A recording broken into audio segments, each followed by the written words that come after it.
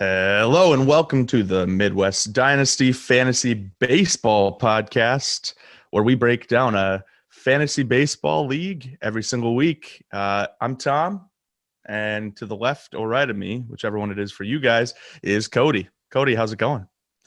It's going good, dude. About a weekend, ready to keep seeing how the season progresses, and excited to be back on. That doesn't seem very excited. I mean, does it feel like, is this like the most excited you've been for a fantasy sport in a while just because of what happened last year? Yeah, for me, it actually has been. I've been paying attention a lot more. We'll see if burnout happens, but for right now, it's in the most exciting phase. I think you can make the argument that once the weather's a little bit nicer and you can maybe even go out to like a Twins game, it might even be a little bit more exciting.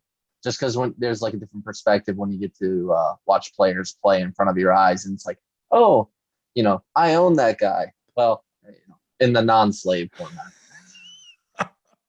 You just went down that road. Yeah, I didn't mean to go down that road, but I caught myself. Well, hopefully you don't feel like you're a slave to this podcast. With that being said, I did want to jump into kind of what your overarching thought from the first week of baseball was. Mine actually goes to former Twins legendary prospect Akil Baddoo. You should be very familiar with him, Tom. What a story! What a story to be a Rule 5 draft pick. He always kind of had some high potential in the Twins farm system, but never was really recognized that much. I mean, he was pretty raw.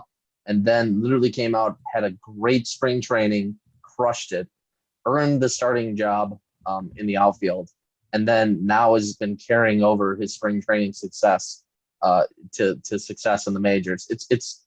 It makes me realize every single time why the Rule 5 pick is always just such a good draft for the MLB. I mean, it's essentially our compensation draft. Yeah, exactly. Except they get to protect like a ton more players. Right. Yeah, because it's their active roster that they get to protect, basically. Yeah, 40 men. The funny thing about him, too, is that because when I started looking into him, I figured he would be one of those like late blooming prospects, which he kind of is because he started so young in the Twins organization, but he's like 22. Yeah. So, yeah. And I was, and the second thought is that I was thrilled that Anthony got him. Mm-hmm. Because it gives me hope for him as an owner. Because I want to see our new owners succeed early, because I'm a huge believer that rebuilding more than any other phase of a fantasy baseball league is all about just a ton of microtransactions that you make and you hit overtime on small wins. And sometimes they're big wins. And I think at least for now, Baddoo is a great small win. Who knows if he becomes like a top 50 player or something. He could be like a Trent Grisham or Rosarena guy. We'll see. It's too early to tell. I mean, we're overreacting, but he did hit another dinger last night too. So, yeah, I mean, to me, he has potential to be, on that starting 5 outfielders that you throw out there every time. And, I think, does he have left field eligibility? I want to check on that really quick. I'm pretty sure that he does.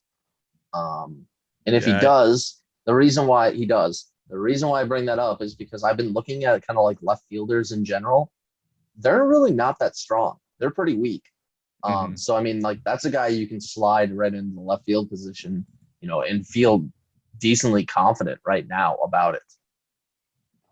And that's potentially part of the reason that Anthony's team was the number one roto scoring for the first 10 days of baseball.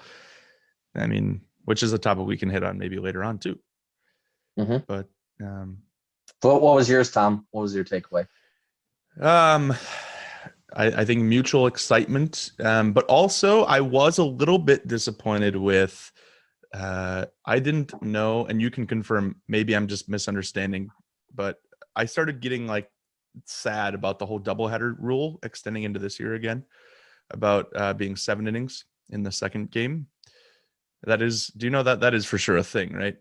I don't Yep, think it it's for each. If they have a doubleheader, it's 7 innings for each game. that bugs me, man. That just bugs me enough to it kind of like it's like a micro, the smallest teensiest like asterisk on the season because Mm-hmm. you're just because that's not that's there's nothing like that that has ever happened in baseball before. If you're playing a game, you're playing a game. It's basically like injuring every player on those two teams for 2 innings. Yeah, the only thing they have comparable to it is if you actually have like a rain delay in like the seventh inning, and then the rain actually keeps going, and then you just have to call the game because they don't refinish that game if it's progressed to a certain extent.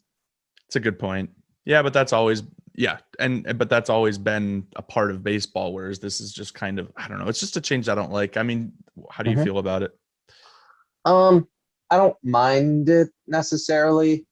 If it allows the starting players to actually play more games, which I actually think it does. I think when a player is playing 7 innings, in 2 games, even just from that, you can have players play both games in the doubleheader. Whereas in years past, whenever they'd have the doubleheader, they would, they would actually just probably play one game and sit the second game, and you wouldn't really get guys. So you'd miss out on a game anyways. But to be fair, thinking about it too, I wish that they would just try to find more off days and instead move it to that, and just do single games there. It must be it must have been something the players agreed on, and that's why it's this way. Actually, the more I think about it, I'm pretty sure it actually came straight from the Players Association that they wanted this. But Statistically, do you know how it affects the saves and holds? I didn't pay attention to fantasy at all last year, so I don't know. I think I don't think it affects it that much. I'm pretty sure it's still just the same everything. So So like it's in like theory, if it's the last, if you pitch the seventh inning, see, that's what's fucked up to me. I think you could pitch the sixth and the seventh. That's just fucked up. I just don't like that. You can have a starter go 5 innings and then have a setup man go 6 and then the closer go 7 Mm-hmm. and you'll get a starter in 5 that gets a win and then a hold and a save and I'm like I don't know. That's just fucked up. Doesn't affect batting as much to me. You get maybe one less at bat, but Yeah, and to me, pitching isn't. It's a little affected, but I mean, like your closers aren't really affected by it. They're just pitching the last inning of the game, regardless of when that is. Um, and then I mean, for saves and hold opportunities, you maybe restrict one pitcher, but on a per game basis, I don't even know if there's probably like an average of like a hold a game would be my guess. yeah. And that's where even though it bummed me out, I recognize that it's affecting a fraction of the games. Probably Mm-hmm. I would imagine there's probably going to be what 15 double headers this year. Like that, it doesn't happen that often. So, No. the second thing involved in that is just that it's still kind of a bummer that players are getting COVID. I mean, I'm not saying that I wasn't expecting that, but it's just it hit Mm-hmm. hard already. There's a ton of players that have been on the COVID list because of being around someone that could have had it, and then there's a ton of players that have actually gotten diagnosed already. So Yep. Yeah. It's weird watching them play and not. It's almost like I don't know what happened, but they kind of became a lot more lax this year. Like I don't see nearly as many people with masks on. I see players hugging and touching and doing all this stuff, and it's just like it kind of seems a little weird to me because I was like, I don't think we're like fully out of it yet. So we're like, at least I would have thought that like everybody there was vaccinated. But which I know a ton of players are, but a ton of players just got vaccinated. So I don't understand it. It seems a little weird to me. But hopefully within a couple months it can kind of die down a little bit and, you know, not be as big of a deal. But luckily it hasn't been as big as it could have been though. It's just really been like the Phillies that it really affected early on. Or wait, the Nationals. Sorry, the Nationals. There's a couple big I mean, that was the big one because they canceled the games, period. Yep. But also, I mean, I'm biased, I guess, because my Teoscar Hernandez, my first round draft pick from this year, has been out the last 5 days because he was on the COVID list. And then now he got diagnosed with it. So I thought it was coming, the end was coming soon, but then he just got diagnosed. So it's gosh. So it's going to be 10 more days from today. Yeah. So yeah, that's unlucky. Yeah, it is. Sure. And then the other thought too was the effective home field, because Toronto didn't even play in Toronto because they weren't allowed to go back to Canada. So it's that like, one's weird. Yeah, they played yesterday, and like you could tell that the majority of the fans were Yankee fans. Yeah, because it's in Buffalo. Right. Yeah, it's like that blows. Like if there isn't an asterisk on that game, and that's a pretty huge advantage to be able to be a Yankees. I mean, that was the whole way it was last year too, with them playing there. And I don't understand why Canada hasn't allowed them to play up there. That's been pretty weird to me, but I guess I kind of get it. Yeah, hopefully they're able to open up soon and return back there. Because that would be cool to see kind of those Toronto players actually playing in Toronto again. Yeah. But I digress. That's my entire thought, was that COVID is still certainly, it just really hit me that COVID is still certainly affecting this season. Oh, I'm yeah, not for sure. any means going to label it an asterisk season. No. Like I wouldn't even be close to labeling it that way, but it hit me. It hurt the feels, man. Yeah. You're just ready for just a COVID-free baseball season, and it just quite didn't hit yet. Exactly. Understand. But let's move on to talking about some weekly matchups, because that is a more positive note, and that's kind of what we all enjoy, right? We like to hear about ourselves, and in this case, our podcast is all about our league, so we have no choice but to talk about ourselves. Yeah, exactly. I can actually walk us through this if you're seeing my screen. Oh my God! Look at the production value. Yeah, look at this. Look at this. I got it all here. It's everything we wanted. So, boys, I got us a little bit of the Toronto field, since you can't see it this year. I got it in our PowerPoint, Rogers Stadium. So, with that, I'll lead us into the Week 1 recap. Let's look at the matchups right here, as you can actually see by our lovely graphs and charts. Rather than us just yelling it at you, I figured it'd be nice if you could actually visually see it as well. So let's run down the first matchup. It just happened to be this way because it's the way I pulled it. It was me versus Sam. Not a huge surprise here. I beat Sam 8-2. He actually said he was happy. He got 2 wins on me. That was a little excessive, but that's fine. But yeah, it kind of just dominated him. Nothing really else you do to say say so yourself. Yeah, I will say it. It just was a pretty easy matchup, and that's to be expected though too. Moving into the second matchup, we had Dylan versus Matt, and that actually ended with a tie. As you can see, kind of on the second graph right here, Dylan took 3 out of the 5 batting categories, whereas Matt took 3 out of the 5 pitching categories. Overall, just a really close matchup. A couple category swings that could have happened, looking at RBIs and stolen bases. Just a couple, stolen bases here and there, RBIs here and there, and this is a brand new matchup, and somebody gets the victory. So, well, again, I do want to point out. Well, first I want to say, just in case people are just like listening instead of watching, we'll try to keep it so you don't feel like you have this. We're trying to use the visual aid as to augment your experience, but you don't have to, if you're just listening at work, you don't have to like try to like watch your phone and then people ask you, what are you watching? And you're like, a fantasy baseball podcast. So yeah, so we'll try to keep it just a visual augment. But I wanted to point out, Dylan had 12 saves and holds. That's the highlight for him. Yeah, So that's nuts. yeah, That's and I think that's a trend that's supposed to continue to go. I mean, I think he's clearly identified that he wants a solid reliever team. He had a couple guys that stepped up into roles that are getting consistent chances, and just something to point out. It's interesting to watch that dynamic within pitching, the starters versus relievers dynamic. Yeah, for sure. I mean, even with that amount of saves and holds, he still was able to pull out 6 wins and quality starts, which is a lower number, but it's not an awful number.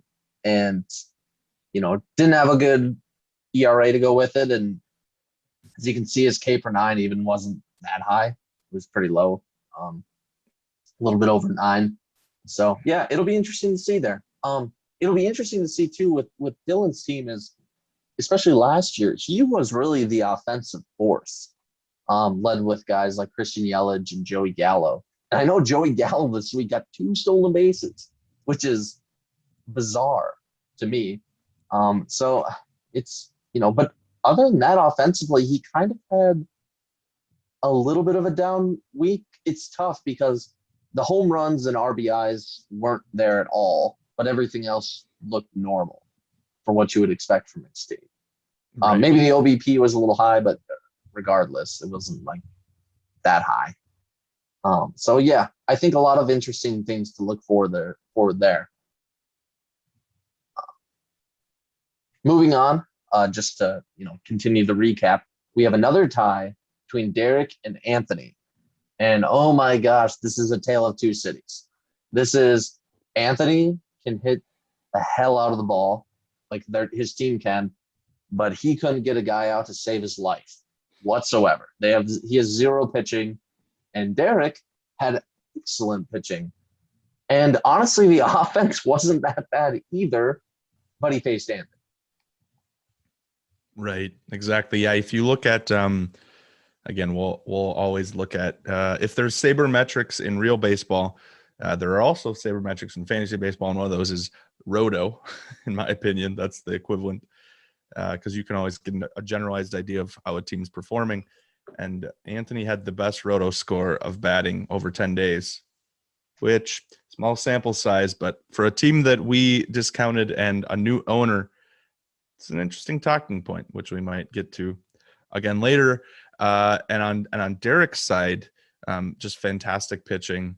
Got 91 Ks over small inning size, and oftentimes when you see a smaller inning size, you expect a lower ERA and WHIP, even though that's a very slight correlation. But he did have a fantastic ERA and WHIP. So just standout pitching from Derek, to your point, and it's just kind of funny to see that they did end up 5-5 because of the batting versus pitching. So yeah, and kind of piggybacking off your point there, he had 12 wins or quality starts on 71 innings pitched.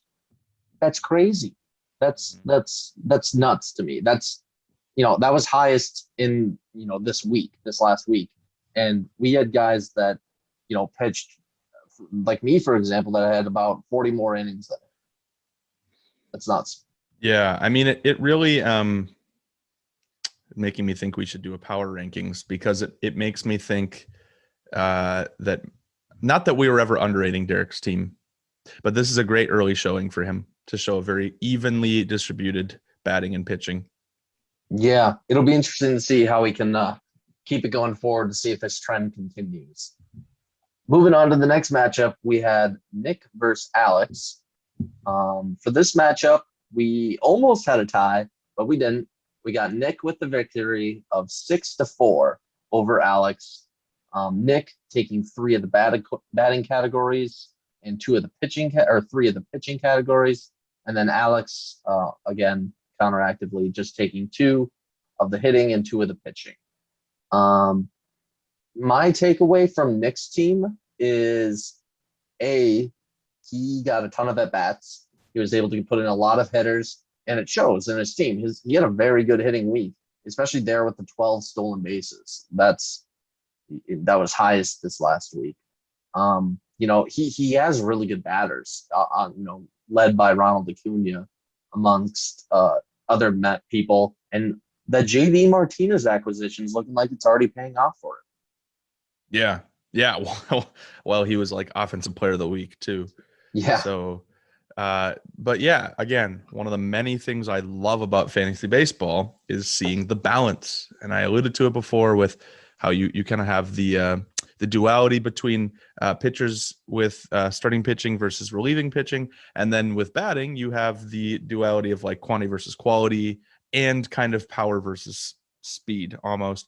And we're seeing admittedly low sample size example of Nick just jamming at bats and switching in batters day to day and getting 477 at bats, which is going to sacrifice on base percentage, which is why he has the lowest, other than Sam and maybe and obviously Matt, but a very relatively low on base percentage. So, whereas if he was just starting his quality on base guys, that wouldn't be the case. So, God, you just gotta love it. Yeah, I completely agree. And, Alex's team, this is kind of a tough loss to start off the year for him. And he's always a guy we consistently think is our sleeper. He is our, shall we say, Joe Musgrove. He is the guy that we think is going to finally pop off, is going to finally figure it out. And for right now, it just hasn't quite happened yet. I guess my question to you, Tom, without maybe having all the knowledge, is it has that window passed where he needs to rebuild now, and he's not gonna finally develop into that playoff team, or is it a holding pattern? What do you think? I don't think so. His team is actually really young still. He's got a couple of guys that are, I mean, his team is like made up of guys in their prime almost entirely. Like that is his team. He's got like so I don't think that's cause for rebuild. I think that's possible cause for maybe restructuring. Sure. Like I think that there are a couple players like Jose Abreu who are huge. Like if you're looking to like not compete this year, but maybe like just start competing again next year, you could move a guy like him. I don't know. I agree. It's kind of funny. He is kind of like the Lucas Giolito of teams that we're just like every year we're kind of like high on it, and it just never seems to work out. But it will be interesting this year, especially because he's got some key players on the DL that if they ever do come back, like Rendon, I guess is one of them. And just obviously we're already seeing what happens when he's got a decent pitching staff going too. Didn't really show up here, but he did get some solid K numbers. So I think he's a playoff contender at the moment, but that might be spicy. Yeah, I think it might be a little bit too. But to be honest, at this point, looking at mostly the stats from how it's kind of gone around, I think there's only really one team we know of right now that's not going to be in contention, based off of him just not going to have a starting roster, which is Sam. Every other team to me right now is currently in play. Yep. I mean, especially because some of the teams that I thought weren't going to be in play, for example, this will help lead into the next one, but for example, Anthony and Gronley, they put up decent weeks that I was surprised to see. And, it makes me question, maybe they are, they're not for sure, what I thought before, they're not for sure, like, don't count them out. They might actually be in it. Yeah, maybe our Rule 5 draft is working. Wink. Well, hopefully that's been the intention. Yeah, and also this draft, I mean, this draft was so fun this time around because there were so many good players, and it seemed like people actually prepped for the draft universally. So the player here that Alex picked up was Arozarena, who was kind of a fall, if you ask me. And it could turn out really, I guess it's a fall. He was the second overall pick, right? Or was he third? So I was gonna say, I don't think he fell that much. But very fortunate to get him. I agree. It's early, but he's already putting up great numbers.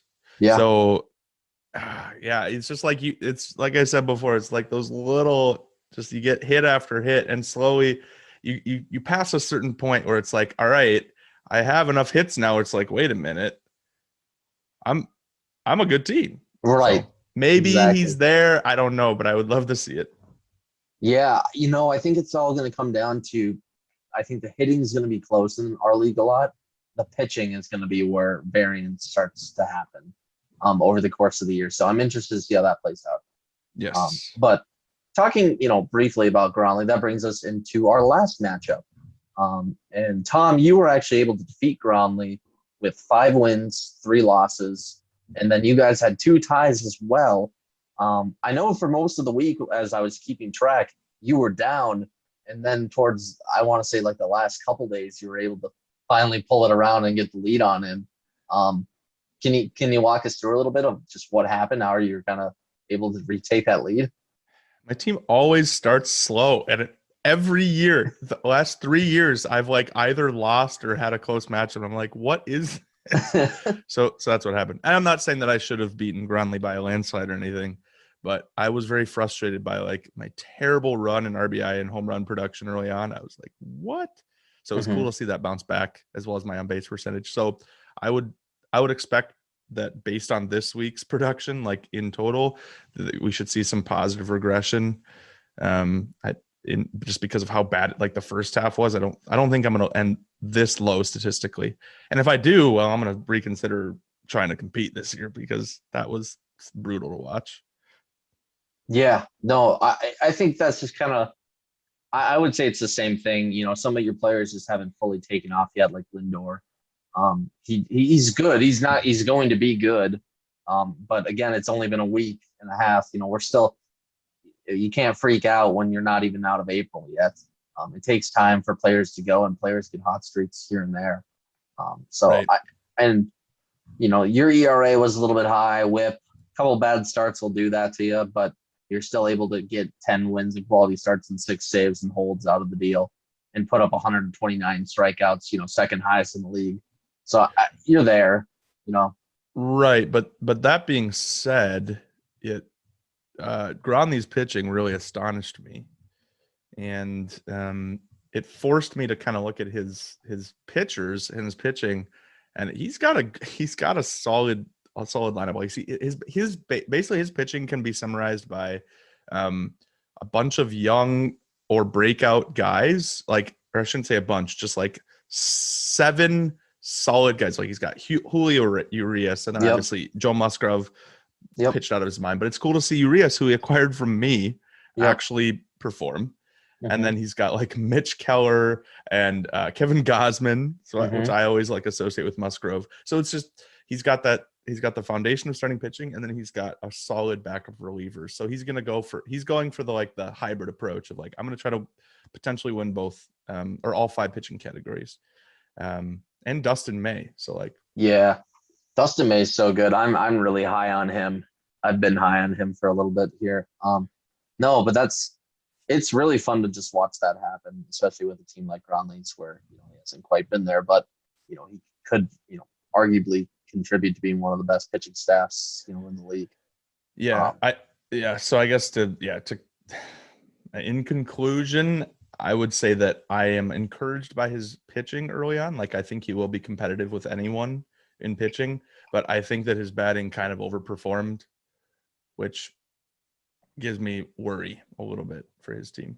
yeah, especially given the amount of at bats. I mean, at bats he was only at 390, tying him with Dylan. Most people were 40 at bats higher than those two teams. You need to get at bats in. You can't be 40 at bats low. You're not, that's not a winning formula, in my opinion. Like you're just gonna run out. So we'll see how that works and if he's able to kind of fix that too as the week progresses.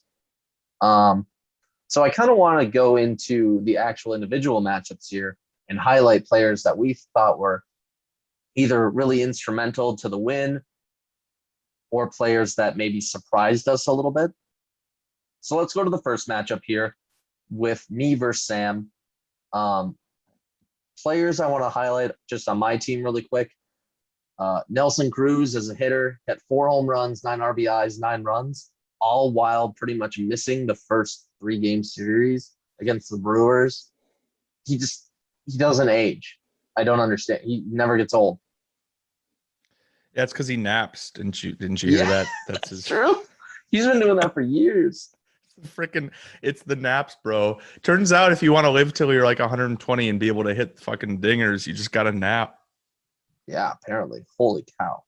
Um, yeah, I can't wait. I think he's gonna regress a little bit. He's been already regressing a little bit from that week. It was just like a 3-game stretch that he had, but then again, it's just still encouraging to see him already doing that.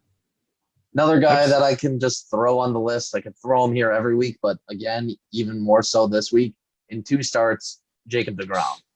2 wins of quality starts, 21 Ks. I think he allowed 1 earned run, maybe 2. 0.714 whip. The guy's throwing 100 miles an hour, being age 32. He's got his fastest velocity on that. Sharp slider still. Got, I don't understand. I've been waiting for the downfall, and almost 2 years ago, I almost traded him straight up for Giancarlo Stanton because it was like, he's 31. When's the regression going to start happening? And he keeps improving. It's crazy. two takeaways. Takeaway one is, I think that, all right, this is just like kind of a harebrained Tom thought, but I'm wondering if like just kinesthetic science and improvement in like athletic engineering shifts or has shifted the spike age of pitching in such a way that I think that like the prime is so much wider now. Like you can be in your prime as a pitcher starting in 27, which is like just athletic prime, and it kind of extends and like seems to increase until you're like 33, and then maybe it stops a little bit, but you can still be like solid. And so Mm-hmm. that's just like a huge window relative to most other sports. And I think that it's just that it's kind of like quarterbacks in the sense that like the knowledge of the game really augments your ability as a pitcher. And the second takeaway is, again, just what I love about fantasy baseball is that there's no other outside factors. It's just like pitching well is pitching well. Like, it doesn't matter if he doesn't have to have like, it's not like his shortstop behind. I mean, don't get me wrong, defense certainly influences pitching. In fact, there was an article I read about that recently. Yeah. But for the most part, like it's not like any other fantasy sport where, oh, if this team is really offensively minded, so they're not going to use this player. It's like, no, if you stank, you stank, and if you jank and you, I don't know where I'm going with that one. Yeah, if you Who stank, you grabs the bus? stank. If you don't jank, you don't jank. I get you. I get Thanks, you. dude. Yeah, I Sorry, feel you. that's my long-winded way of saying welcome back to fantasy baseball. Jacob DeGrom is a fucking boss. Yeah, he's so fucking good. It's insane to watch him. I'm sure there'll be many more weeks where I can put him up here. Hopefully, I can highlight some of the other pitchers on my team because I think he's an easy person to put on there. Moving down to Sam, I gotta apologize. I can see right here I actually replicated Nelson Cruz's stats for Jonathan India, who I want to discuss. But I do remember Jonathan India's stats pretty much off the top of my head. His on base percentage was roughly like 310 to 320. He had 0 home runs, but what I wanted to highlight was the fact that he had 11 RBIs and he had 4 runs. To me, I wanted to highlight him because here's a guy that we had been talking about, a prospect we had been talking about for the last 2 years or 3 years, back in like a midseason draft. And it was, oh, get him on your radar, maybe add him. Sam adds him, has just kept him quietly on his bench. You haven't really heard anything about him, especially with the missed minor league season. He gets called up after having a good spring training. They didn't, screw around with the service time. They just said, nope, come on up. And he has 11 RBIs in the first week. And he's been a big reason the Reds offense has been so successful lately. So it's really cool to watch that, the evolution of that developing and coming to fruition. Yeah, it just seems like in fantasy baseball that pretty much any player that's ever on your radar at some point from either a draft or an acquisition in free agency ends up doing something. It feels like 90% of the case, something happens, whether it's a longer career or a shorter career.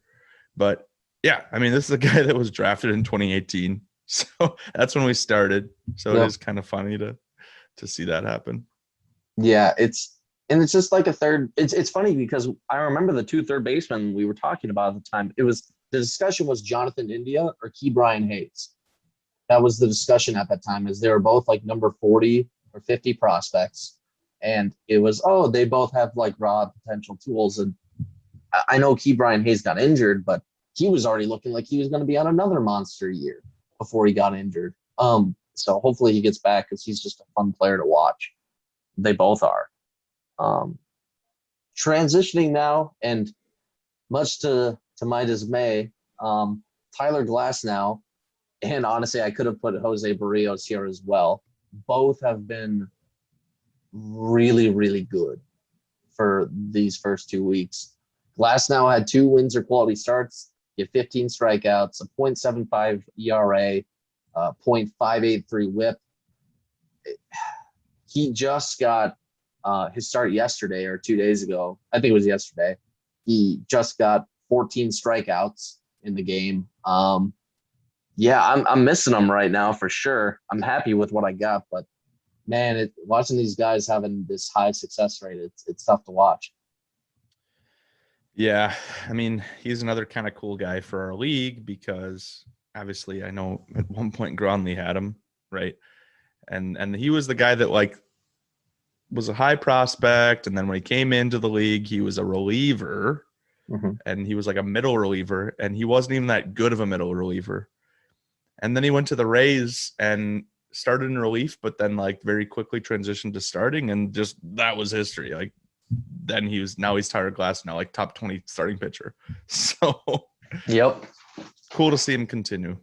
Yeah, that trade will always, to me, it's going to be one of the trades I always think about until the end of time, probably until I die, is the trade between Pittsburgh and Tampa Bay, where it was literally Pittsburgh got Chris Archer and Tampa Bay got Austin Meadows and Tyler Glasnow.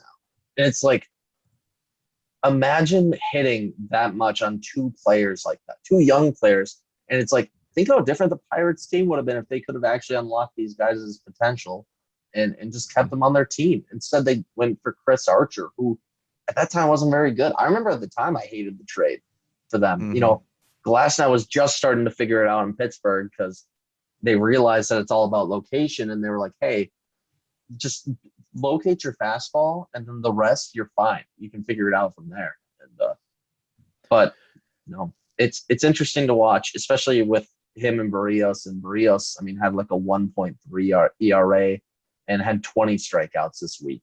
So it's tough to watch that for sure. It's definitely biting me in the ass a little bit, but I think there'll be some regression as well. Yeah, my only concern with Glasnow is if he can actually keep up like a normal duration of a season. Like he's been injured like every year. I don't think he's ever like I feel like a full season is like 180 innings. I don't think he's ever hit that. Like no, he hasn't yet. No. So that's his concern, right? He's kind of like one of those like guys like James Paxton. There's other guys on the radar too, but that's if he can ever do that, man, he's a Cy Young contender. So yep. No, I agree. But no, I mean, that's kind of my analysis, at least just on these guys. Again, want to move to the next matchup, just make sure that we're hitting everybody. Next one is Dylan and Matt, which again was the 5-5 tie. The hitter I wanted to acknowledge on Dylan's team is a guy that we acknowledged a lot 2 years ago, but he got injured last year. We didn't see him at all. He kind of went under the radar and kind of got a little forgotten, was Yoran Alvarez. This is a guy that I thought was going to be like a top 12 hitter, honestly, moving forward, because I thought his power bat was that explosive. So far through the first week, 317 OBP, 2 home runs, 8 RBIs, 6 runs, starting to kind of, get the offensive production back a little bit, especially as Houston's offense seems to have found itself again now in the first week. I don't know if they're hitting trash cans again or what they're doing, but they're doing something. Oh, God, what was it that I saw about the Astros? One of the teams played a song and this is a classic Tom moment. There was one of the teams played a song against the Astros that just fucking made me laugh so hard. Oh, really? I can't remember now. I saw it on Reddit.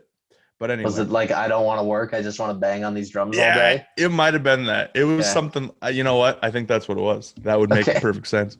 And it was just fucking. I just died. Because yeah, but we've talked about that on the podcast enough. That subject. Yeah, Yordan Alvarez is incredible, and he's also been hit by injuries lately, which kind of bums me out because it's kind of his knees. And with a guy Mhm. that big, it's like, can he keep swinging without like just wrecking himself? But dude, when he's on, like his exit velocity is just insane. So Yeah, he's crazy to watch, and I mean, like, you can tell the injury bug has always been there because of the fact that he's a DH. He's like not even doesn't play outfield because you don't want him out there. But yeah, hopefully he can stay healthy. Uh, Kind of rare here. I wanted to actually address on Dylan's team. You know, I wanted to address a closer out of all things. I think this kind of comes from him having the most saves and holds this week. Was Corey Knievel? No, not Evil Knievel. Corey Knievel. Um, and Corey Knievel or Knable, I forget which one it is now. I don't know. Canable He probably. was the dominant closer in Milwaukee about 2 or 3 years ago, until he got injured. Has been moved over to Los Angeles now, and then in the first week here has 5 strikeouts, completely scoreless 4 1/3 innings with 4 saves and holds. And with Kenley Jansen always being on a short leash, if he ever kind of is gone from that role, Corey Knievel seems like the next guy to step up and take over that role. It's interesting to discuss him, in my opinion. Yeah, for sure. And I don't know how many of those were. I know at least one of those was a save from what I saw. Mm-hmm. Because I think Kenley Jansen had like pitched X amount of days, like 3 of the last 4 days or something. Mm-hmm. But yeah, has closer experience. Definitely worth owning for Dylan's team. Yeah, and I mean, even with the 4 innings, and I think he must have only allowed like 1 hit then or 1 walk in order to have a 2.25 WHIP. So Yeah. I mean, he's a good closer, and I just think he's a guy to look out for, because if you own any of those kind of Dodger relievers who are getting, the Dodgers are going to win games. They're going to have saves and holds opportunity. Yeah, and not to mention that it's funny that their relievers are like 3 either former or current bona fide closers. Yep. Jansen, Knable, and Trinan. Blake Yep. Trinan's like their setup man. It's like I that know. dude was dominant for like 3 years. So I know. anyway, I digress. No, so I think that's interesting, especially with the fact that Dylan's going more for the reliever aspect. I think it's good to highlight relievers for him. Moving on to Matt, I wanted to list out a couple of new acquisitions for him. The first being, Javier Baez, who he acquired from me. Javier Baez kind of just had an all-around good week. 286 OBP is a little bit lower than you want to see, but that's Javi Baez. He doesn't have a good OBP. But 3 home runs, 6 RBIs, 4 runs, and another 3 stolen bases. So again, starting the season off, do you think he's going to bounce back this year from last year? Dude, I don't know. He's like the perennial strikeout issue guy, and like that shows in his 286 batting average. Like there was one night where he went like 2 for 3 with a dinger, but still like swung and missed 4 times. It's like that is just him, and it's like at this point in your career, I mean, this might be an outlandish statement, but you would expect to take the next step as like a perennial all-star top 50 guy, which is like, I think that's kind of where you would expect buys that you'd want to be as an owner. Like you Yeah. have to stop the strikeouts, and you got to get better contact so that you can deliver that high contact, or you can deliver the high exit velocity he has with coupling that with a high contact rate. That's how you become a top 50 player. It's like he's like 28 now, and he's still not doing that. It's like it makes me think that he's just going to fall off in a couple of years. So Yeah, he's going to have when he does eventually fall off, he's going to have the hardest fall off that I think you can see a player have, because he already has the swing and miss in his game. If any of the power dies down at all, and any of the speed dies down, he's just not that good anymore. I could not agree more with you. However, I will say I do think this year he's still going to be okay. I think the 3 home runs and 3 stolen bases already kind of show what they're going to be doing with him. I think I had some apprehension how the Cubs were going to use him for stolen bases, but it actually seems like they're kind of letting him just play, which I was surprised to see. But I suppose the Cubs really don't have anything else to play for already, so Yeah, no, good. yeah. Don't get me wrong. He's still like more than ownable, and I think that Dylan got him for approximately the value that he is as a player. Yeah, Matt We received already, him. or I'm sorry, Matt. I don't know why I said Dylan. We were looking at Dylan. I knew it was Matt in my head. Yeah, Matt receiving for like his value as a player. In fact, we talked about him as the trade because Arenado was involved too. But it's like almost like I'm expecting a second breakout from Baez, even though he had his first breakout like 2 or 3 years ago in the playoffs. And I'm just like, I've been waiting for that second breakout, and he just hasn't had it yet. So Yeah, I agree. I think kind of what you see is what you get right now with him, for yep. sure. Going to another former first round pick now, out of this last draft, we have Zach Plesac. Continues the track record of good Indians pitcher or pitching, 2 wins in quality starts, 10 strikeouts over those 2 starts, a 1.38 ERA, 0.846 whip. I mean, we were having a discussion between Burns and Plesac at the beginning, and while it still seems like Burns has probably, it's just been 2 starts, but Burns has gotten off to a little bit of a hotter start. Plesac, you can't go wrong without being the number 2 pitcher in the draft. Absolutely not. Yeah. Or starting pitcher, I should say. Yeah, I knew what you meant. There was this couple guys. It was Plesac, Burns, and Woodruff were kind of like my big guys that we were targeting in the draft. And the concern with Plesac was that he was facing mainly the AL Central, and that it was a short sample size after he really hadn't shown much in the previous year. So to see this right away, I'm really encouraged. I am kind of jealous that I don't have him, and he's a young, effective starting pitcher on a team that is notorious, along with the Astros, for developing starting pitching. Yeah, I'm interested to see again who the matchups were, because I know one matchup was against the Detroit Tigers, which is still an AL Central team. Yeah, that was the game that he went like. Yeah. Sorry, go ahead. Yep. Oh no, go ahead. You probably know. Oh, I more was about just gonna say that was the game that he went like 7 innings, 6 Ks, something like Right. that. Like, Yeah, which is cool to see him go 7 innings and throw 97 pitches. But yeah, I think the only thing you want to see a little bit more out of Plesac is hopefully some higher K totals. I think 10 Ks over 2 starts isn't that impressive. But again, especially when you kind of compare him to some other pitchers that are out there right now for where he was drafted. You would hope that he would put up a little bit better K numbers. But again, it's tough to complain with when he has an ERA and whip like that. I'm mostly just speaking from when he has his inevitable regression.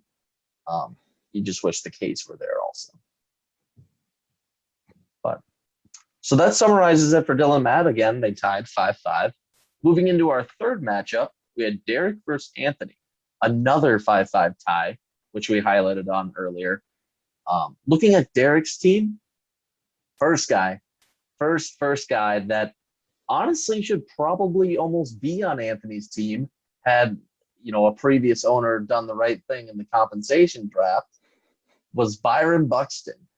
He's finally I'm not going to say he's out. He hasn't proved it all yet, but he's had a very, very good first week. An OBP of over 500, 552, 4 home runs, 8 RBIs, 6 runs, 1 stolen base. He has a lot of extra bases. His slugging and OPS has been extremely high. Tom, what are your thoughts on him right now? I mean, other than the game that he had the shits and couldn't finish, I don't know, man. It feels like every year we're waiting for, just like we talked about with Baez, we're waiting for that like breakout. And it was encouraging in spring training. He bulked up, and who knows? Maybe he can finally have that season where he gets like 40 stolen bases, 25 home runs. Like that's always been the dream. And boy, is this a good start for that. Yeah. Yeah. I think the stolen bases are, even though he is so fast, I think they're slightly going to be a thing of the past for him. No, Like yeah. the projection of like 30 or 40, I think he gets around 15 to 20, maybe. Yes. Maybe more 15. I think the Twins are going to be so careful with him and don't want him to get injured. Yeah, I should clear. I'm sorry. Yeah, I should clarify. That was like the previous dream, like as a Yes. prospect, right? Yep. He was like a low 20s home run guy, high stolen base. I actually think it's Yeah. probably the other way around now, where Yeah. he could be a 30 home run guy, and they're not. And baseball has just changed since he was a prospect back in 2016. So Yeah. I think that to your point, I agree. Like low 20s, high teens stolen bases. But not to disregard the speed though, because speed still creates so many more runs for Mm-hmm. him, and it aids in more RBI potential from beating out a ground ball and turning singles into doubles, which raises his slugging percentage. There's a lot of things to be excited about speed when you're able to combine it with power, just from aspects like that. So he's the only Twins hitter besides maybe Nelson Cruz right now that I've seen that could hit. I guess maybe Luis Ariz, but Miguel Sano couldn't touch a baseball if he tried to right now. So it's good to finally see one of those prospects turning out, hopefully, unless he doesn't get injured. Yeah, I should probably talk before Derek makes a comment about something I said wrong about Byron Buxton. I know he's very defensive about his Twins players, and not only his Twins players, but the Twins players that he owns. So Yeah, no kidding. Um, Moving on to a pitcher is, again, just this draft. Every pitcher in this first draft seems like they just hit. Was Sandy Alcantara. He had 2 wins in quality starts, 17 strikeouts, 150 ERA, .833 WHIP. This was a former top prospect. I owned him a little bit in 2019, I want to say, but I ended up dropping him. And then later on that season, he had a couple encouraging starts. 2020 in the half season, he had a very good year. And now it kind of looks like he's putting it, a little bit together. I mean, this is a guy that throws high 90s fastball, good breaking ball. Are we starting to see the trend now that high prospect pitchers, you literally just need to wait 5 years on them? it sure seems like it. And that's kind of what I was alluding to earlier about how I'm really starting to feel more and more, the more I mature as a fantasy baseball player, that it's such like the quarterback position. It's like these late breakouts seem to happen consistently, and it's like something that you bake into the cost actually of a pitching prospect. And Mm-hmm. that's fascinating. And it seems more often than not actually that it takes an entire team move. It's almost like if you don't have success early on, that team has exhausted all of their efforts to develop you and they have to trade you. And then that this new team absorbs them and says, hey, we watched you for 3 years and really liked X. So we're going to develop that. And that's why we bought you. And now you're going to be a beast. And then they're a beast. It's like, so yeah, it's, to me, it actually further cements why I don't want to invest in pitching prospects. Yeah. Which is kind of weird to say. But what it really makes me want to do is, instead of investing in pitching prospects, makes me want to invest in pitching in majors prospects, which is Yeah. a topic we've talked about before. So waiting until they've had their bad couple years and then buying them, because that has been a consistent. Holy crap! I It's there's like, unbelievable how many it's up to already. oh It's my literally up to god, it's so many pitchers right unreal, now. unreal. Yep. Yeah, it's the trend. The trend is like, it's actually more, it almost feels more encouraging to see them not succeed at first. And then, oh yeah, they'll be fine eventually. Um, Yeah. yeah, that truly is crazy, the amount of aces that we've had even develop from that. So let's see if these guys can continue it. Don't want to get too far ahead, but good start for a lot of those rookie pitchers. Yeah. Now let's move to Anthony. Offense was crazy. looking for guys to highlight. One big one was Whit Merrifield, who has had an interesting history between Derek and Anthony in the past. You know, traded to Derek before, you know, in 2019, and then during the compensation pick of 2020 was taken back by, well, Max at that time. So it's back on Anthony's team and has led his team, honestly, to, you know, those good offensive stats. He had a 424 OBP, 3 home runs, 10 RBIs, 5 runs, and a stolen base. And what's nice about Whit Merrifield is he's kind of a plug and play guy where you can put him at second base, you can put him at outfield.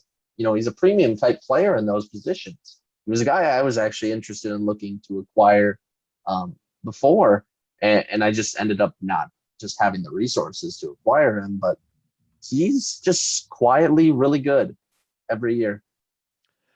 Quietly, it's been so long now that it's almost loudly like he's like that it's like that Anthony Rendon concept of like, when are we going to say that he's an all-star? It's like, well, it's kind of Merrifield, like he's been so good for so long now.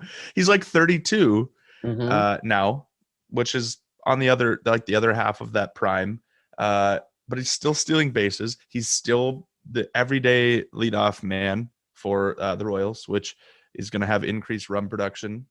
Obviously in this case he had 10 RBIs too to match it, but dude, this guy is just like an insanely mature hitter at the plate, like, and that shows in his perennial like low strikeout numbers and ability to get on base.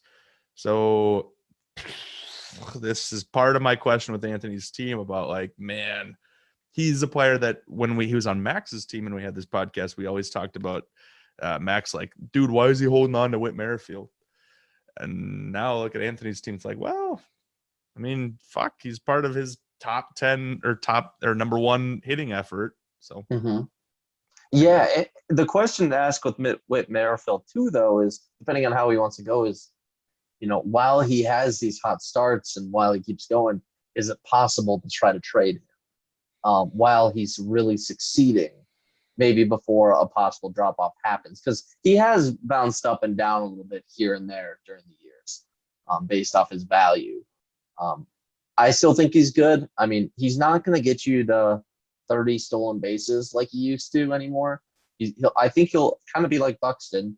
I mean, not as many home runs, but I think he'll be like a 15 stolen base type guy. And then maybe he'll get like a mid 20s RBI, you know, 80 RBIs, 80 or 90 runs, you know, which is a great player to have. Right. He is the like one of the top in that top like 20 to 30 guys at the trade deadline that should probably be moved if you're not making the playoffs. So. Yes, but I think it's a good hold target for right now. I agree with that. Moving, you know, unfortunately for Anthony, while your hitting was amazing, the pitching was not so good. But it seems like Trevor Rogers from the Miami Marlins was able to actually have a couple good starts. You know, he got only one win in quality start, had 16 strikeouts, a 1.8 ERA, 1.1 WHIP. You know, I've read a little bit about him, a little, you know, coming up here, and the Miami Marlins actually have a lot of really good pitching prospects / in majors prospects / current pitchers. Like they've been really quietly good on that front. And I think Trevor Rogers to me is another one of those types of players. I don't think he's going to be great. I think regression is going to come. I think anytime you have a 1.1 WHIP to go along with a 1.8 ERA, that just kind of shows me that there's probably a little bit of luck involved to keep that ERA, or there was an error, something happened. But the 16 strikeouts is encouraging, and that's a reliable number. What's most encouraging to me is that Anthony picked him up. Like, again, yeah, I love to see that shit. Like, this is the kind of guys you want these teams to pick up. And you got him for like $2 or whatever, maybe even one. It's like, fuck yeah, throw those effing darts. This guy's young, and he's on a team that has a bunch of young guys that may or may not work out, alongside like Eliezer Hernandez and Sixto Sanchez. So that's my takeaway. Fuck yeah, give him, like, keep going, man, keep going, Anthony. Go. Yeah, absolutely. I think it's just keep getting those guys, keep adding to the pitching staff because it seems like the offense is there right now. No, that's great. Moving on to our fourth matchup, we have Nick and Alex. And for Nick, I wanted to highlight a trade that we kind of were saying was we were a little bit confused on it when it happened. It was him acquiring JD Martinez and Aroldis Chapman for Mackenzie Gore. And we thought Nick was maybe supposed to be kind of more of a rebuilding team. Maybe he wasn't supposed to kind of go in this direction. But JD Martinez, after having a down year in 2020, seems like he's back. And I think, trying to think, did he hit 3 home runs on Sunday? It was one of the days in the weekend that he just like, So Nick must have forgot to start him that day or something, because these are just the stats of when they were in the starting lineups. But for Nick, even in the starting lineups, he had 469 OBP, 2 home runs, 12 RBIs, and 6 runs. To go along with the Oh, sorry, I was just gonna say, it even gets better yeah. because his season stats as of today, which is a Tuesday, so only adding Monday from the weekend, 5 homers, 10 RBIs, 16 5 homers, 10 runs, 16 RBIs with a 472 average. It's like, man. Yeah. That it's good. I mean, it's good to see him back there. He was a guy that I wasn't sure. Sam was trying to trade him to me, and I didn't buy into him. I was just like, he was too much of a question mark. I wasn't sure about the Red Sox offense. To be fair, I'm still not that sure about the Red Sox offense personally. But yeah, he's been single-handedly carrying that team so far. Mm-hmm. And it's interesting because he was one of the guys that kind of, if I remember correctly, he was one of the guys that like brought up that the MLB was taking away like in-game video. And it was like him and a couple other guys were basically saying like, dude, this is stupid. Like, give it back so that we can actually watch our swings and make adjustments in game. Like, we've always had this. It's a positive thing for the game because it rewards your ability to actually watch yourself. Mm-hmm. And I don't know. I'm not going to say that that's the reason he's playing well again, but Jesus Christ, that's hard. We always talk about not drawing conclusions on low sample sizes, but man, is this hard not to be happy about. Yeah, and I think you're just going to see things like this from certain guys that really did not. The short season, starting mid-season, really hurt some guys. They were never able to find their tempo or whatever it was, and I think he's one of those guys right now. Because he was that perennial hitter, a top 10 hitter, and man, it looks like he's back there. I'm interested to see how he progresses, going after this, but definitely a solid start nonetheless. Yeah, because JD stands for just dongs. Yep, just dingers. That's all he hits. With Nick now too this is the guy he picked, I think, in the compensation draft. I think possibly first overall from Matt, which was Zach Greinke. And he had a good week. Strikeouts were low, but 2 wins or quality starts, 8 Ks, 138 ERA, a .692 whip, a 55-mile-an-hour EFIS. What more do you need, Tom? I mean, that being said, he did get fucking rocked last night. Yeah. But I agree. I mean, he's a Hall of Famer. He's either a first ballot or like second ballot Hall of Famer. So, yeah, I wouldn't necessarily want to own him. But if I was like, if I was on I need to make the playoffs this year and I'm competing, then of course I'd love to own him. Mm-hmm. I think he's a good maybe number 4 pitcher to have on your team. Maybe number 5 is somewhere around that. I don't want him in my top 3. If that's the case, I'm worried. Yeah, in my opinion. but I think he's a good like number 4 pitcher to have on your team where he can kind of round out and cement it a little bit with, with the hope that the ERA and WHIP will stay low. Obviously, this last game was, not so good for him, but hopefully he can figure that out for his team, especially for Nick's pitching sake. Yeah, the only guy that can get away with literally, he didn't even throw an eephus yesterday against the Tigers. He just threw a 50-mile-an-hour eephus, or sorry, four-seam fastball. Like, I guess you could call that an eephus. But like when you watch the slow replay, he's not even. It's just like a four-seam basketball. He's like, "Fuck it, I'm just gonna throw it down the plate." Yeah, he's like, "I'm just gonna throw it slow. They're not gonna know what to do." And I don't know who it was. It might have been like Willie Castro, just like let it go by me. He's like, what am I supposed to do with this? Yeah, I just feel bad.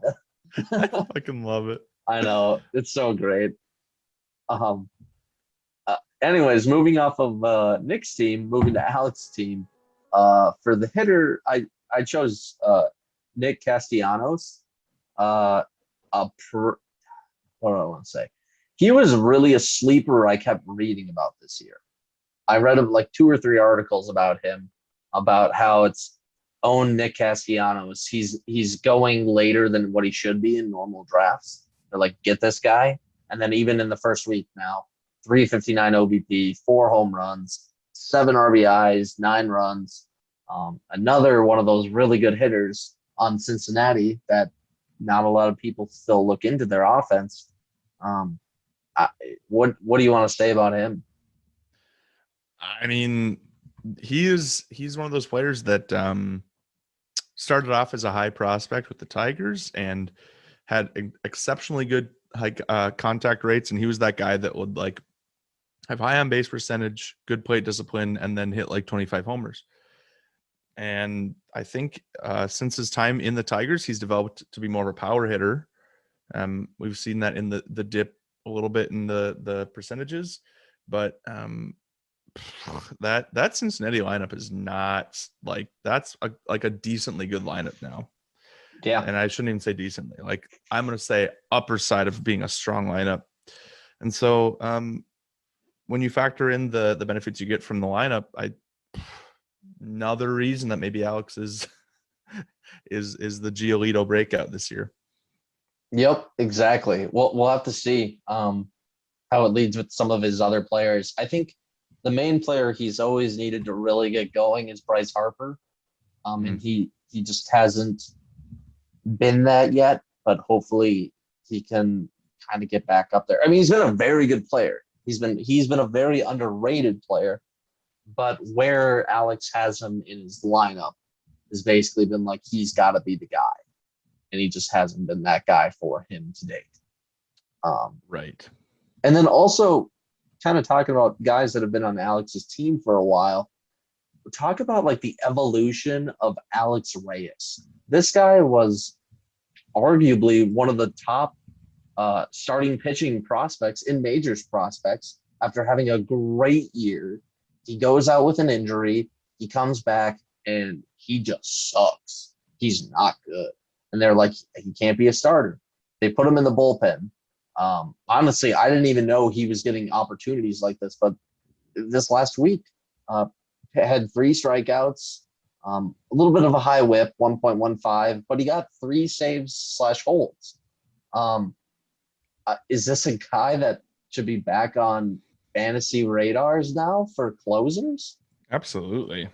Yeah, no, I mean, if not even as a closer, I mean, just because of his stuff, to me, he's just like, I'd be happy to own him as just like a reliever in a saves hold league. Again, one of the reasons I love saves and holds, because to me, like for the next however many years, he's gonna be in this case, he is a closer, which is great for his values because the save, your ability to get saves is just more consistent. But it's a bit of a bummer because he was kind of supposed to be like that electric starting pitcher. I think that. So how do I'm answering your question really long.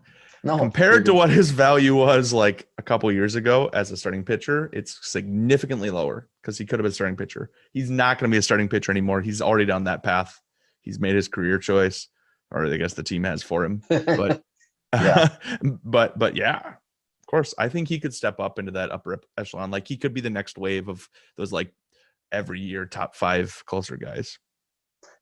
Yeah, I think he can too. He still needs to improve on the K ratio, and the whip's got to come down.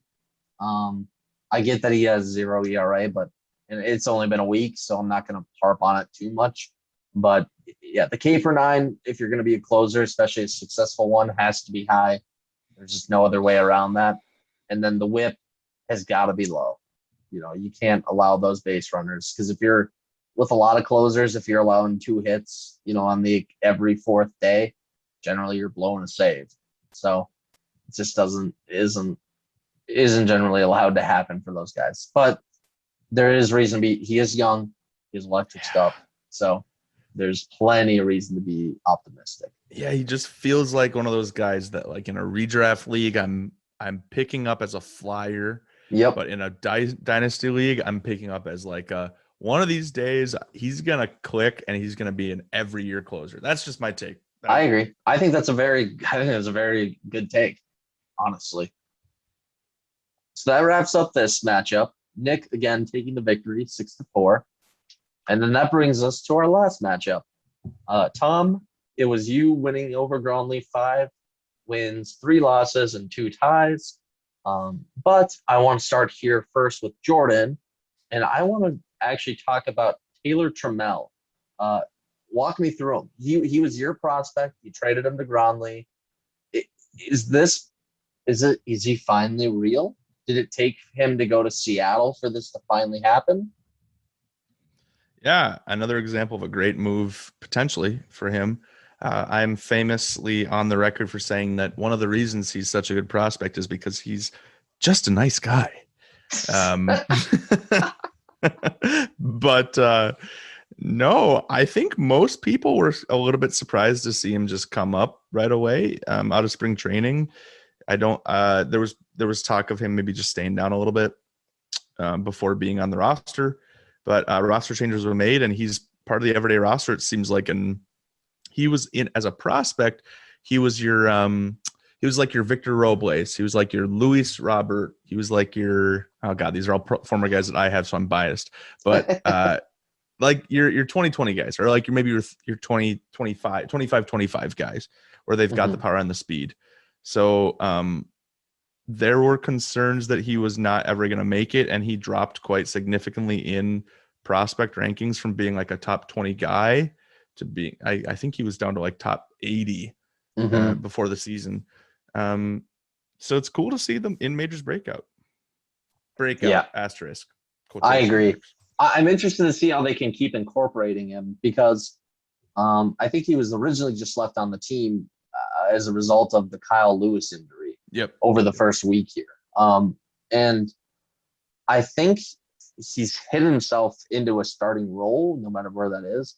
I think that outfield is Taylor Trammell, Mitch Haniger, and Kyle Lewis. The question that I think could possibly be had is, do you try him out at, I guess I always forget who their other players are, because it's Seattle. But if you need to, can you try him out at other positions? Like Evan White has not been good at all at first base, and he's been bad. Is you maybe try Taylor Trammell out at first base? You maybe try somebody else out at first base and give Taylor Trammell playing time. So I'm interested. I think he's going to get the playing time. I'm interested more or less to see where he gets that. Yeah, I don't think you ever want to move an outfielder to first base. I would agree with that. Maybe I'm wrong, but it takes like years of expertise to either master infield or outfield, which is why we see it's so rare to see the dual outfield infielder guys. But sorry, I didn't mean to just shit on your take, but yeah, it'll be interesting to see where they put him, because if he keeps hitting like this, like it's the majors. If you're producing, they want to keep you. Yeah.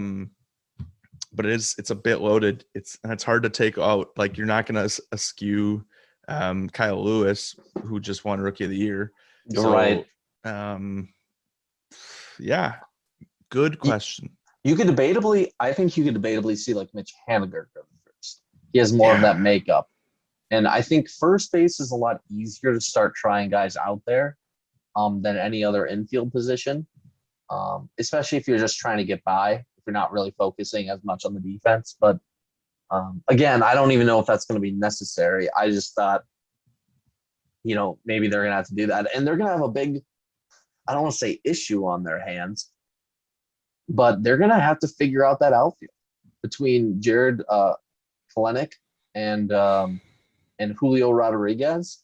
They're stacked in outfield prospects. Yeah, futuristically for sure. Yeah. Yeah. So, but that's like the next 2 years. Jared's supposed to come up within this year, was the ETA, and then Julio Rodriguez was next year as an ETA. They'll deal Haniger.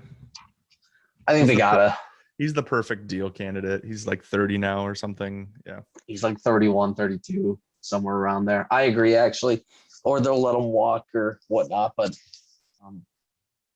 if Trammell keeps playing like this and plays himself in the spot, they still got to figure out what they're going to do with maybe Rodriguez then or Kalenic. Or maybe it's just you just keep it a competition and see who ends up being better.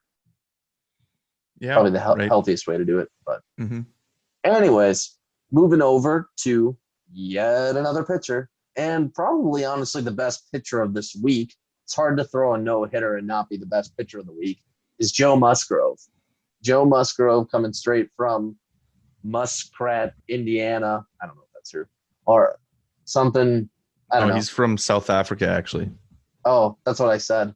I just made that up. I don't know where the fuck he's from. Who cares? It's fantasy baseball. Yeah, true. But man, this guy has been all over on everybody's teams. Everybody's had him at one point. Everybody's been waiting for the breakout. Bromley says, "Oh, he went to San Diego. Why don't I draft him?" And then next thing you know, he's crushing it. Another guy that left Pittsburgh and seemed better. Kind of following suit, honestly, with the fact that Pittsburgh does not know how to develop pitchers. That's now Garrett Cole. That's Tyler Glasnow. That's Charlie Morton. And now looking like Joe Musgrove. So yeah, it's early, and the Orioles, I don't want to keep justifying that, but this one feels different because he had kind of a breakout in Pittsburgh too.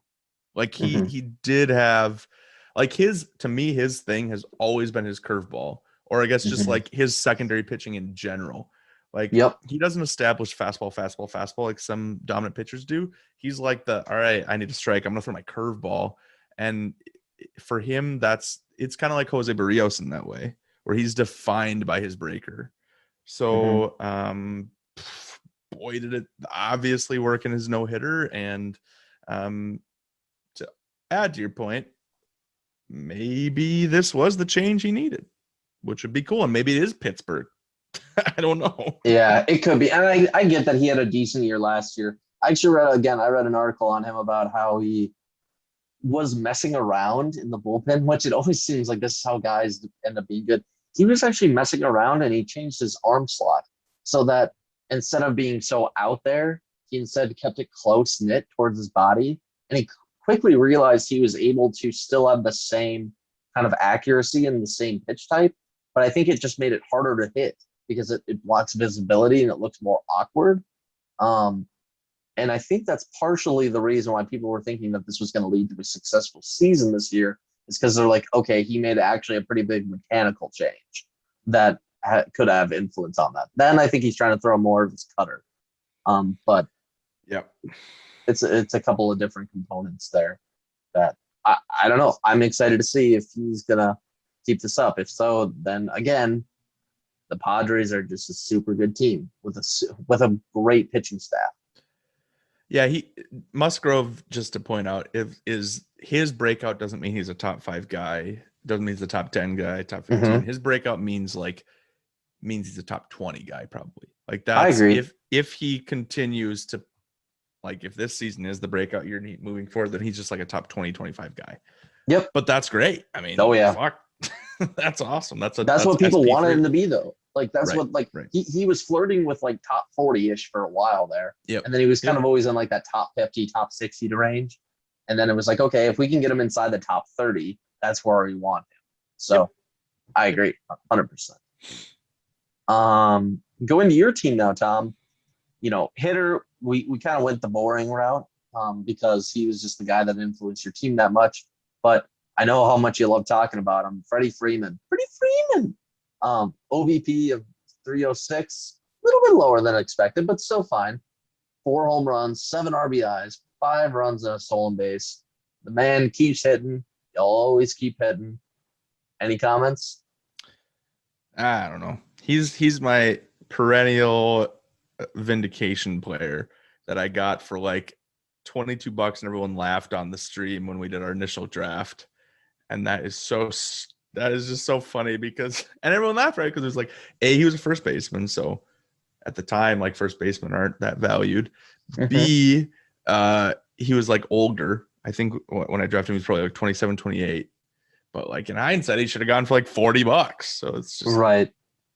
I never mind that he will always have a special place in my heart for that reason. Yeah, the power was the differentiator. Like he kind of was always known as like maybe being a 20, 30 home run type hitter. And then to me, he just he just blasted off from that and all of a sudden became a big powered hitter. And then he has a great lineup around him too, so you know he's going to get production stats. It's a great situation for him, and he's just a really nice guy, you know. And, and no, I think he's just a really talented player. And as first baseman got lighter and lighter, that which we saw, first base is actually kind of a premium position right now to own. So he's a great guy to own right there for sure. And he's a guy you put in your starting lineup, you just don't even question it. It's just, yep. Do I need to look for another first baseman? Nope. I got him. I'm good to go. Yeah, he ain't a free man because he's mine, baby. Oh, I liked it. Cool. With that note, moving on to pitchers, we wanted to highlight again another draft pick in Pablo Lopez. And this is kind of along the same lines of Trevor Rogers, except he kind of had a little bit more background on him. He had 1 win / quality start, 10 Ks, 154 ERA. You know, this is the 3rd Marlins pitcher we've now had on the list of guys that were successful this week. Yeah, I mean, to me, you can correct me if I'm wrong, but I think he had 2 starts, correct? Yeah. Yep. So I think this is kind of what we always figured you get out of Pablo Lopez is you don't really get, a huge strikeout amount. Like you don't get like a 9K per 9 from him. You generally get like around a 7, maybe 7.5. Generally pretty light there. But from just looking at his stats historically, but what you do get is a guy that controls ERA and has a great whip. My comparison for me personally for him is like a Hyun-Jin Ryu, not as far as stuff, but as far as stat line. Yeah. I really I think because you asked me who I wanted to highlight, I just wanted to talk about him because it's just cool that it was a draft pick and just even more further highlights the value of draft picks. I think this was my 2nd round and Dylan wanted to trade for this. And Dylan offered a very fair and even, in fact, maybe even potentially swung the upside. Like I probably would have won the offer. But it was just crazy to me that Pablo Lopez was available to me in the 2nd round, like 19th overall pick. So yeah, I think he's like at least a top 40 guy, or I guess I shouldn't say at least. You could argue he's a top 40 guy just because he's got a pretty high floor. And I'm excited to see if he's got the ceiling. That's all I have to say. Do you mean top 40 pitcher? I think you can make that argument. Yeah. Oh yeah. I would agree. Maybe top 40 pitcher. You said top 40 guy. I wanted to make sure. Well, yeah. I mean, whenever I talk about guys, I always say hitter versus pitcher. Yeah. For me, it's easier to rank pitchers than hitters. I think he's in that range. I think he's right around 40-ish, 50 to 40-ish. I think he still needs to put the season a little bit more together. But again, I do think he has a good ceiling where he could be a kind of like that Joe Musgrove spot where it's, can we get him to top 30, between 30 and 20? Because I think you can get him there. It's just a matter of does he do it or not. So he's definitely he was a guy I originally didn't want to draft, but then did a little bit more research into him, and I was like, oh, I want to draft him. I actually think this guy's really good. Right. So no, I 100% agree with it there. On that note, that actually summarizes it all for week one and the matchups. Tom, is there anything else you want to cover? No, but it makes it very clear to me that our next podcast, which we had talked about beforehand, might happen over the weekend. We should certainly do a power rankings, which I think actually naturally lines up very well with doing a draft analysis. So I think that's the podcast everyone should look forward to. Yep. So I think the plan is to get this one out hopefully sometime this week. Tomorrow, Wednesday, tomorrow. self-imposed deadline. Okay, I was gonna say Thursday, but that works. You do it. But I think we want to do the power rankings and, like Tom said, the draft podcast this weekend. Get that out to you guys early next weekend or next week, if not that weekend as well, and then kind of make up for some of the lost content that we've had. We're gonna stick. We said as soon as the regular season starts, we're sticking to our schedule. We're going above and beyond for our schedule. We're giving you more videos and so many videos, like 5 seasons, Morty, like 6 seasons. The minute you started going to that, I was like, okay, this sounds like Rick and Morty, and then you went for it. Yeah, you got to go for it. It's gonna be so great, Morty. It's so great, Rick. 7 podcasts, Morty. 8 podcasts, Tom.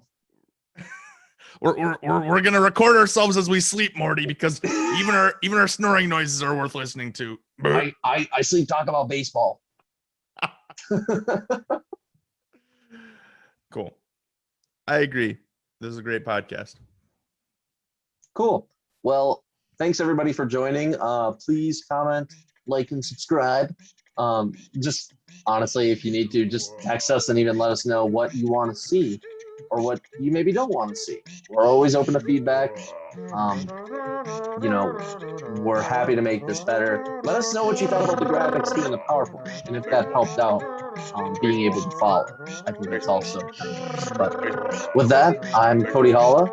That's Tom Brumba, and this is Midwest Dynasty Fantasy Baseball Podcast. Good night.